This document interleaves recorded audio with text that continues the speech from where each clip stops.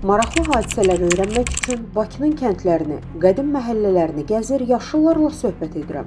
Bu günlərdə içəri şəhərdə yaşlı insanlardan 2-ci Dünya müharibəsi illərində İrana uçan Avropa təyyarəsinin içindən tonlarla qızıl tapılması barədə əhvalat eşitdim.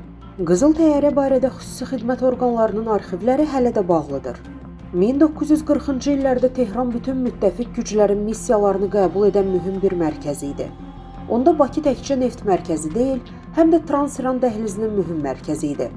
Müttəfiqlərin yardımı İran vasitəsilə SSR-yə axırdı və yüklər, insanlar da əksər istiqamətdə hərəkət edirdi. Bakı NKVD, Britaniya Mi-6 və Almaniyanın Abwehr agentləri ilə dolu idi. Həmin il Bakı səmasına daxil olan bir təyyarə ilə əlaqə qurmağa çalışdılar. Təyyarə Britaniyanın Douglas şirkətinə məxsus idi. Havaya qalxan Sovet təyyarəçiləri naməlum təyyarənin dərhal eniş etməsi əmrini verirlər və istiqamət Qala kəndindəki hərbi aerodrom oldu. Pilot yanacaq doldurmaq üçün Bakı səmasına daxil olduğunu əlaqə ilə bildirsə də, təyyarənin yoxlanması tələbi irəli sürüldü. Hərbçilər təyyarəni yoxlamağa başlayanda təəccüblərini gizlədə bilmədilər. İçi qızıl kərpic və qızıl əşyalarla dolu olan təyyarədə bahalı geyimli bir neçə nəfər var idi. Onlar özlərinin Avropada faşistlərdən qaçan çox nüfuzlu ailələr olduğunu bildirirlər. Onlar ümid edirlər ki, müttəfiq statusları onlara Sovet ərazisindən keçərək neytral Asiya ölkələrinə uçmağa, aktiv döyüş zonalarını keçməyə imkan verəcək.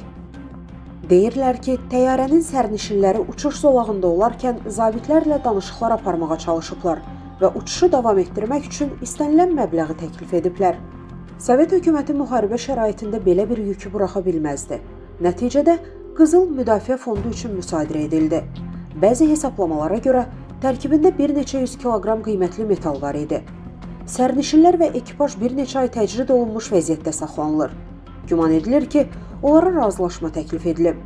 Sükut müqabilində azadlıq və faşizmlə mübarizə üçün könüllü ianə vədi verən sənədləri imzalamaq.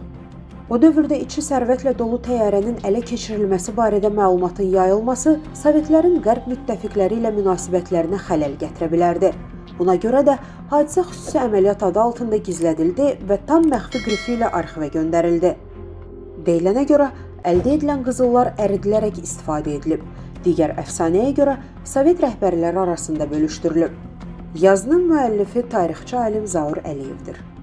Əziz izləyicilər, xəbərlərdən məlumat əldə etmək üçün kanalımıza abunə ola bilərsiniz.